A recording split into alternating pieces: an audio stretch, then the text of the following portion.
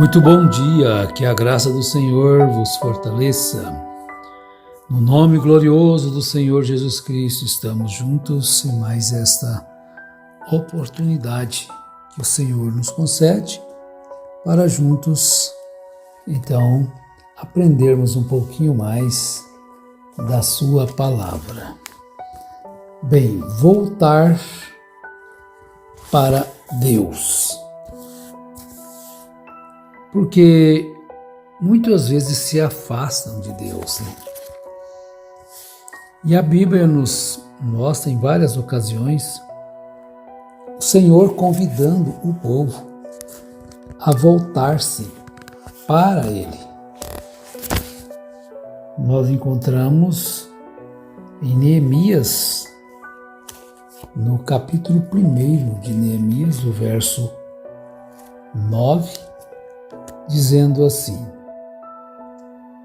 Mas se voltardes para mim e obedecerdes aos meus mandamentos, e os cumprirdes, ainda que os vossos exilados estejam na extremidade do céu, de lá os ajuntarei e os trarei ao lugar que escolhi para ali fazer habitar o meu nome.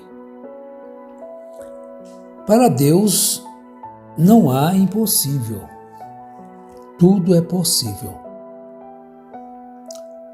Às vezes são as nossas atitudes, os nossos procedimentos e palavras que impedem de que Deus nos fortaleça, nos abençoe no nosso dia a dia. Mas se fizermos tudo aquilo que nos é pedido, certamente o Senhor também se voltará para nós e nos dará tudo aquilo que prometeu e que nós necessitamos. Veja bem o que estava acontecendo naqueles dias. Neemias estava preocupado com a condição de Israel. Depois que ele recebeu notícias de como estava a cidade, toda destruída, estava uma aflição, um opróbrio, os muros de Jerusalém todos derrubados e as portas queimadas a fogo. Então, quando ele ouviu aquilo, ele lamentou, chorou e foi jejuar perante o Deus dos céus. Então ele orou, falou sobre os acontecimentos e Deus então lhe respondeu. É o que acabamos de ler. Mas se voltardes para mim e obedecerdes aos meus mandamentos e os cumprirdes, ainda que os vossos exilados estejam na extremidade do céu, de lá os ajuntarei e os trarei ao lugar que escolhi para lhe fazer habitar o meu nome. Então, meus irmãos, diante de uma escritura assim, nós podemos chegar a uma conclusão. Não importa a condição do homem, da mulher. Não importava a condição do filho pródigo. De forma alguma. Ele procedeu desta forma da qual Deus estava falando para Neemias a respeito de Israel. Então ele se lembrou das promessas da casa do Pai e voltou.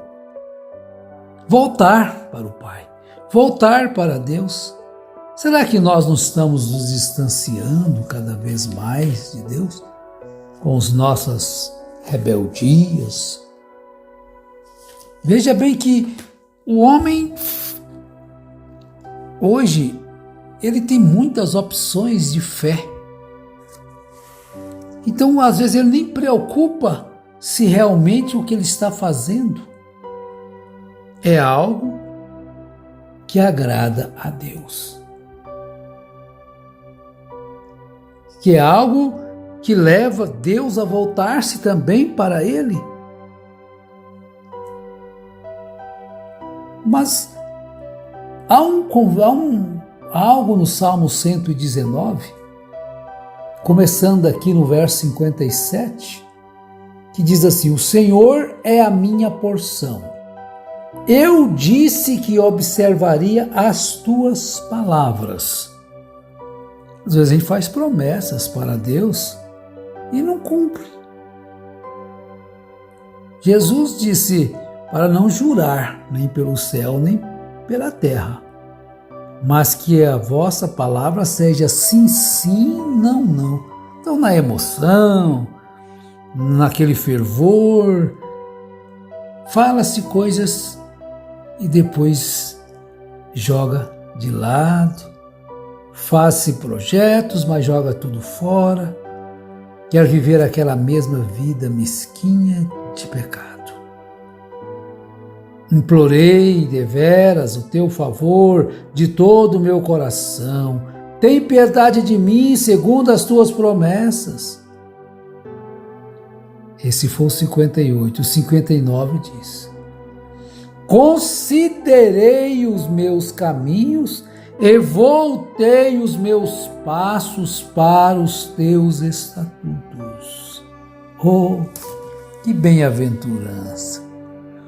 Que satisfação tem aquela alma! Considera as suas palavras, considera as tuas ações, considere a tua fé no que na verdade você tem crido. Quem você tem colocado diante de você todos os dias? Quem você tem colocado como seu Senhor, como seu mestre? Considera estas coisas. Considerei os meus caminhos e voltei os meus passos para os teus estatutos. Bem-aventurado, bem-aventurado é o homem, bem-aventurado é a mulher que anda, que observa, que considera as suas palavras, que considera as suas ações, que considera os seus passos para fazer conforme é a vontade de Deus. Mas o convite está sempre feito: volta para mim, voltai para mim.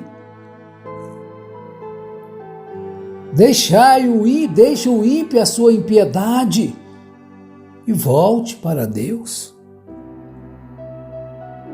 Porque antes, quando estávamos desgarrados como ovelhas perdidas,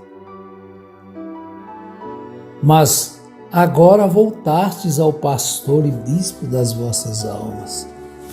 Voltar para Deus é considerar as ações, se aquilo que você tem feito em relação a Deus e a você e ao próximo é do agrado do Pai, é do agrado do Senhor. Voltar para Deus. Então, nós estamos pensando e falando sobre isso, pois é uma necessidade de que isso aconteça quase que diariamente em nossas vidas. Sempre que nós percebermos, fizermos uma análise daquilo que nós temos feito, como nós temos tratado a palavra de Deus, a nossa obediência, então nós temos que sempre estarmos dispostos a voltar para Deus. Salmo 34:18 diz: perto está o Senhor dos que têm o coração quebrantado e salva os contritos de espírito. Mas quando se tem o coração endurecido, aí o Senhor está longe. Por quê? os sacrifícios para Deus. O que são os sacrifícios para Deus? Salmo 51:17 diz: os sacrifícios para Deus são o espírito quebrantado, a um coração quebrantado e contrito não desprezarás, ó Deus. Qual que é o sacrifício que Deus quer? Um espírito quebrantado. Pois a um coração quebrantado e contrito não desprezarás, ó Deus. Mas, às vezes nós pensamos que são outras coisas que Deus requer. Vemos que Joel escreveu no seu capítulo 2, verso 13: rasgai o vosso coração e não as vossas vestes. Porque eles tinham costumes, de rasgar as vestes quando se ouvia uma má notícia. Mas não se convertiam. Se assustam, mas não se convertem. Faz propósitos, mas não busca a conversão. Rasgai o vosso coração e não as vossas vestes. Voltai para o Senhor vosso Deus, porque Ele é misericordioso e compassivo. É tardio em irar-se, mas é grande em amor e se arrepende do mal. Às vezes o nosso coração se entristece por causa de uma coisa que fizemos, que falamos, que realizamos, mas nós ignoramos aquela tristeza do coração. E não vamos examinar direitinho por que o coração está tão triste. Por que o nosso coração está tão triste? Será que não é necessidade de nós considerar as nossas ações, nossos caminhos, nossos feitos todos? Considerei os meus caminhos e voltei os meus passos para Deus. Porque há uma tristeza que é segundo Deus, que é para nós observarmos as nossas ações. Paulo, escrevendo na segunda carta aos Coríntios, capítulo 7:10, diz: a tristeza segundo Deus opera arrependimento para a salvação, o qual não traz pesar.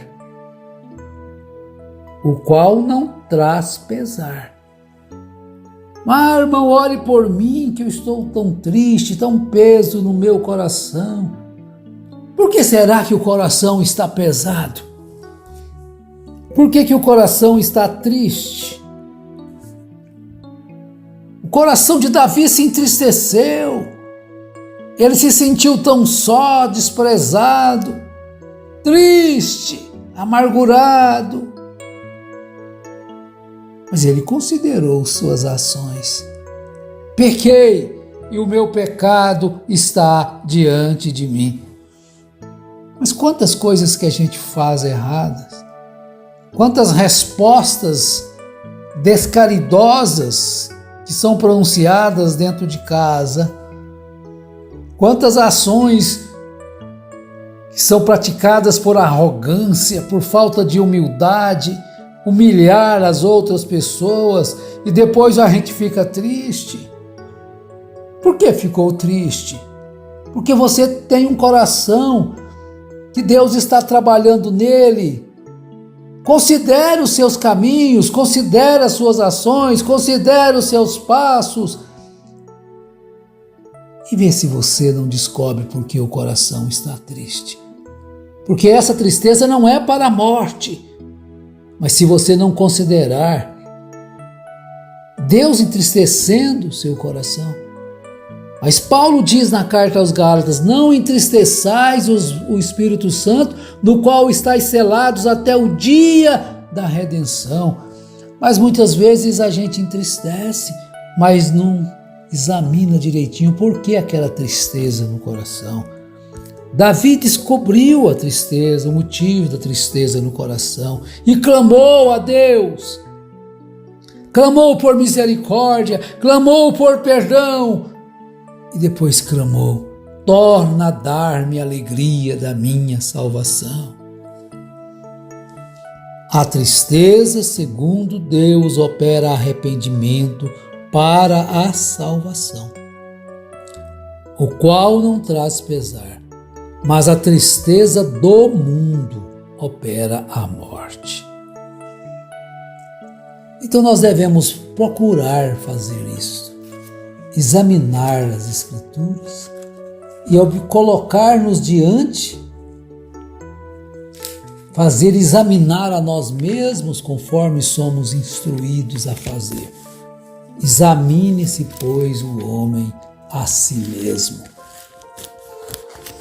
É isso que nós devemos fazer todos os dias, principalmente quando nós sentirmos uma tristeza em nosso coração.